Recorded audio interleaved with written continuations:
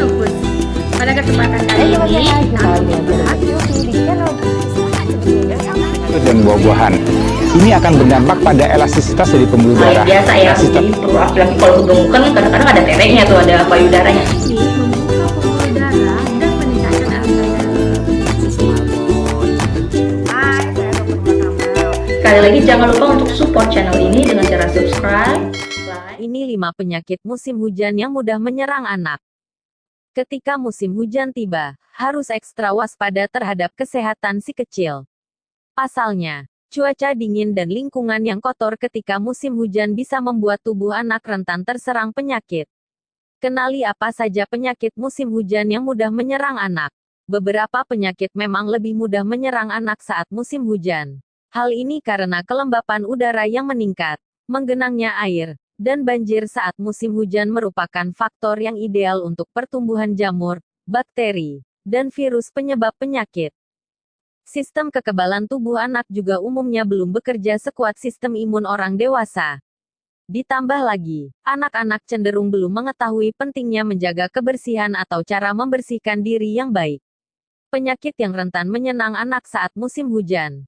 Ada beberapa penyakit musim hujan yang paling sering dialami oleh anak-anak. Berikut adalah daftarnya. 1. Flu. Flu mudah sekali menular pada anak ketika musim hujan. Penyakit yang disebabkan oleh virus influenza ini dapat menyebar melalui percikan air liur penderita saat batuk atau bersin dan terhirup oleh anak. Gejala yang bisa dikenali dari flu adalah demam, pusing, nafsu makan menurun, batuk, mual, dan muntah. Meski bukan penyakit yang berbahaya dan umumnya dapat sembuh dengan sendirinya, flu pada anak tidak boleh dianggap remeh. Virus influenza kadangkala dapat menimbulkan berbagai komplikasi, seperti infeksi telinga atau pneumonia. 2. Diare. Diare ditandai dengan meningkatnya buang air besar, BAB, lebih dari 3 kali dalam sehari dengan tinja yang lebih cair. Kondisi ini bisa disebabkan oleh masuknya bakteri atau virus melalui makanan atau tangan yang kotor.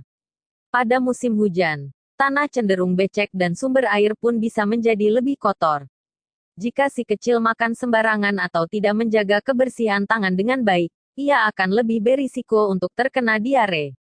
Diare pada anak umumnya bisa pulih dalam 1 atau 2 hari. Akan tetapi, diare yang tidak ditangani dengan baik bisa menyebabkan dehidrasi.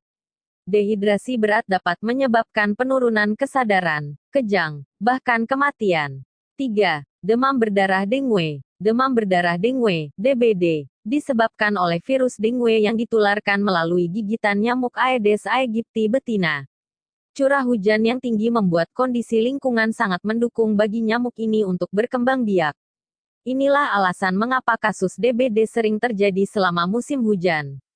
Gejala DBD pada anak yang bisa dikenali adalah demam tinggi mencapai 40 derajat Celcius, sakit kepala yang parah, nyeri di belakang mata, otot, tulang, dan sendi, bintik-bintik merah pada kulit, serta mual dan muntah. Sebaiknya, segera bawa si kecil ke IGD jika mengalami gejala-gejala tersebut untuk mendapatkan penanganan. 4. Tipes. Tipes atau demam tifoid adalah penyakit yang disebabkan oleh bakteri Salmonella typhi. Bakteri ini mudah sekali berkembang dalam air banjir atau minuman dan makanan yang diolah secara tidak higienis dan tidak matang. Ada beberapa gejala umum yang dapat dikenali saat anak menderita tipes, yaitu demam mencapai 40,5 derajat Celcius, sakit kepala, dan gangguan pencernaan, seperti diare, nyeri perut atau sembelit. Sama seperti DBD, penyakit ini juga perlu segera ditangani untuk menghindari komplikasi. 5. Leptospirosis. Leptospirosis disebabkan oleh bakteri Leptospira. Penyakit ini bisa ditularkan melalui sentuhan langsung dengan air atau genangan banjir yang telah tercemar urin hewan yang terinfeksi bakteri tersebut. Hewan yang dapat menyebarkan leptospirosis adalah tikus, anjing, dan hewan ternak, seperti sapi atau babi. Gejala awal dari penyakit ini berupa demam, menggigil, sakit kepala, nyeri otot, muntah, atau diare. Penyakit ini memerlukan penanganan yang tepat sedini mungkin. Jika dibiarkan, bakteri penyebab leptospirosis dapat menyerang organ lain dan menyebabkan dampak yang lebih serius. Jangan lupa subscribe untuk sama-sama kita bangun channel ini dan tekan tombol loncengnya untuk mendapatkan notifikasi video berikutnya. Kalau kalian suka videonya, tekan tombol like dan share ke teman-teman dan keluarga kamu ya. Itulah penyakit-penyakit yang bisa menyerang anak saat musim hujan. Ketika sakit, anak akan enggan untuk beraktivitas dan nafsu makannya pun menurun. Hal ini tentu dapat mengganggu proses belajarnya dan tumbuh kembangnya. Oleh karena itu, perlu menerapkan langkah pencegahan sedini mungkin. Pastikan lingkungan rumah tetap bersih ketika musim hujan. Tutup dan kuras penampungan air secara rutin untuk mencegah nyamuk berkembang biak. Ajak si kecil untuk rutin berolahraga serta sajikan makanan sehat dan olah dengan cara yang baik untuk meningkatkan imunitas tubuhnya. Pastikan juga si kecil tidak bermain di genangan air yang kotor dan biasakan ia untuk rajin mencuci tangan. Selain itu, jauhkan ia dari orang yang sedang sakit agar tidak tertular.